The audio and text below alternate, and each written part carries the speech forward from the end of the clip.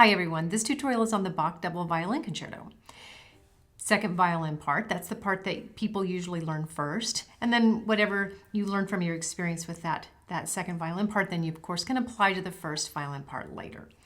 So I want to start right away with, I want to show you something about style. And because I think this is what will make this piece either very exciting to listen to and fun to play, or a little bit tedious to listen to and to play. So I'm going to start by showing you two different YouTube clips that I think have diametrically opposed stylistic approaches. Okay, so we're just going to start with that.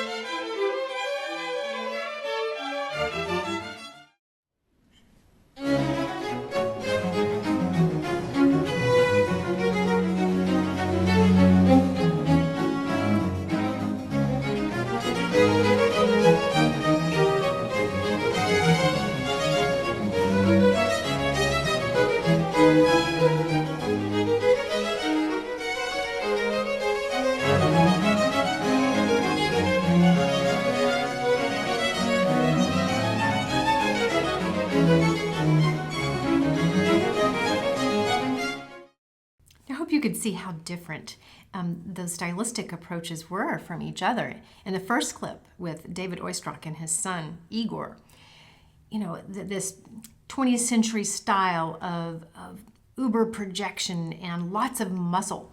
You know, in fact, there were times in that clip where I thought that they were trying to out-muscle each other. But it's just, you can feel the heaviness, particularly in the eighth notes.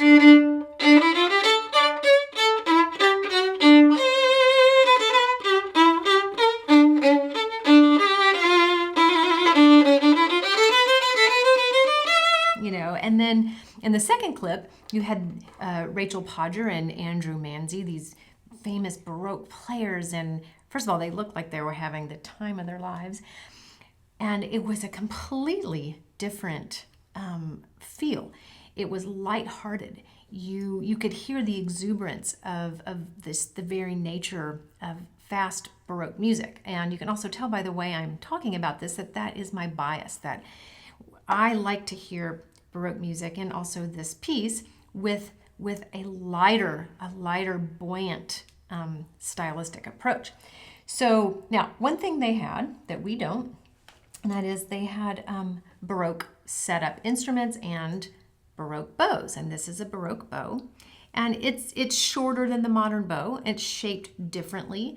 I think there were all kinds of different variations on this shape, and there's no winding down here. So there was no real standard as to where, you know, the hand goes. But one thing these Baroque bows do really, really well is they go really fast, easily. So it's very easy.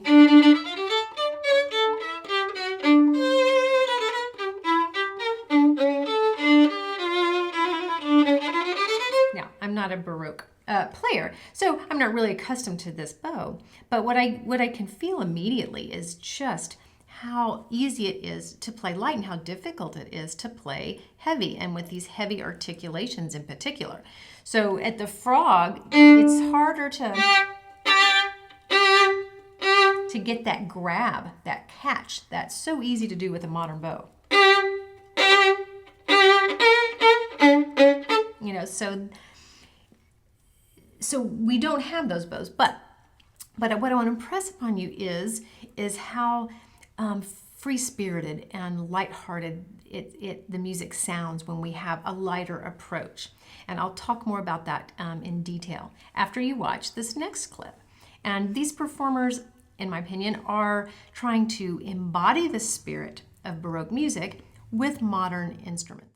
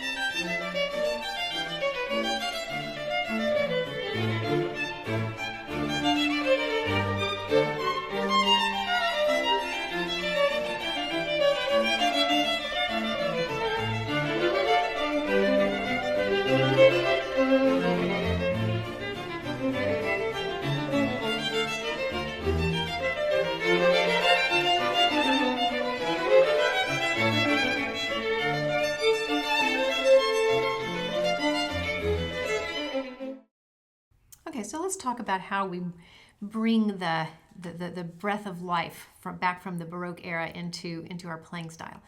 And I think primarily it's the way we play the eighth notes. Okay, so those eighth notes, they can either pull back and just become very plodding, or they can just create this wonderful flow of energy. So what I want you to do is a couple things. First, I want you to move your hand up the bow. And actually a lot of modern players, when playing Baroque music, they just choke up on the bow. They hold the bow above the wrapping. And what this is going to do is it's going to take a lot of the weight away from the frog. And this is just, you may even like it, and you may even want to play your Bach like this, but just experiment with this so you can kind of actually feel what a Baroque bow might feel like. And then just play some eighth notes. Now, what I like to do when I'm playing Baroque music is I like to just imagine that there's just this nice constant flow of energy in my arm, that all I have to do is just change direction. I don't have to do much else. I don't have to grab the string hard. And if I just open and close, I'm going to naturally, with a good amount of bow speed, I'm going to naturally just pull the strings to vibrating. So what I want to do is just kind of pull out the sound and then just let it push out, because there's an immediate, there's a release to the end of the note. Now, whether we call these eighth notes, staccato or martelé, I don't think it's good to label, because as soon as you attach a label to a bow stroke, then you sort of hem it into a very constant, steady criteria. So if you call these notes staccato, you're sure going to be stuck with that. So I like to, at least if I'm going to label it, I'm just going to say a separated détaché. So détaché back and forth.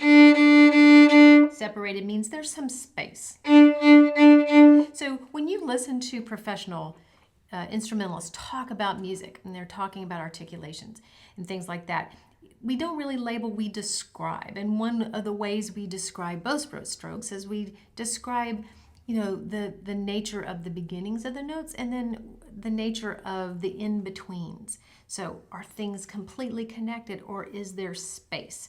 So space is a word we use a lot. And so space just means there's some separation and silence. But I have just this nice lilting back and forth stroke that's not pressed into the string, so I'm not using a lot of index finger pressure. So those notes would be very connected, not stylistically appropriate for Baroque or this Bach double.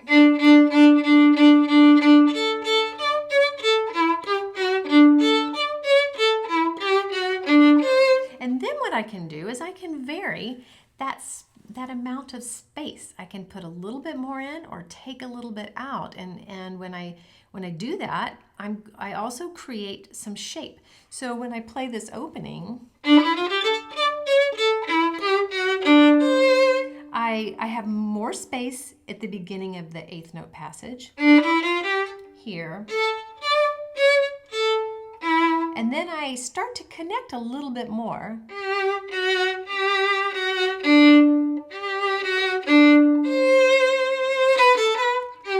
Here I can disconnect more, connect more here.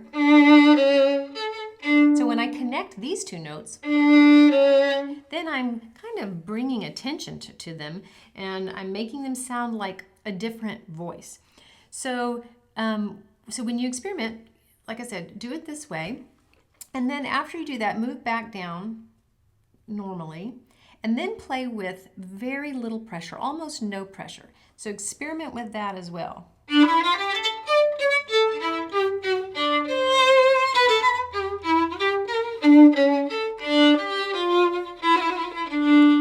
And then as you do that, play a lot like that, you're going to feel your arm free up. It's very freeing. Be careful that your bow doesn't go flying around when you take the pressure off. So still try to, keep sounding point. And then just gradually add a little bit more pressure at a time. I'll jump somewhere else. So let's say no pressure to adding a little bit more.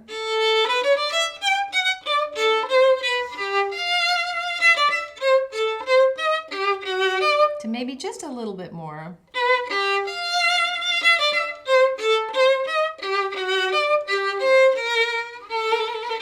Okay, but what I'm not doing is I'm not playing a particular labeled kind of eighth note or anything harsh, anything like that. So it's fun. It's fun. I feel like it's a fun piece to play when my arm gets to feel very light. And as far as the 16th notes go, then those in the baroque style, those are all connected. So these you can just keep just back and forth.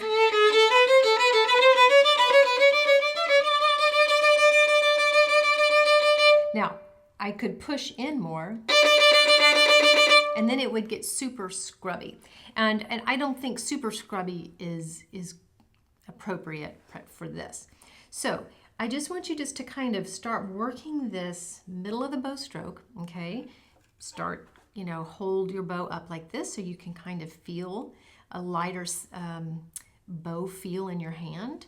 And then move it back down, use no pressure, and then just slowly start to add a little bit more pressure, and then vary the amount of space you have. Create direction with that. And we'll talk a little bit more about direction. Now, we're going to jump to some of those tricky left hand places, and that's what this next video will be about. And we'll just kind of, we won't hit every measure, but we'll hit the places that I know give people problems because they give me problems. So this will in part be a tutorial for myself as well.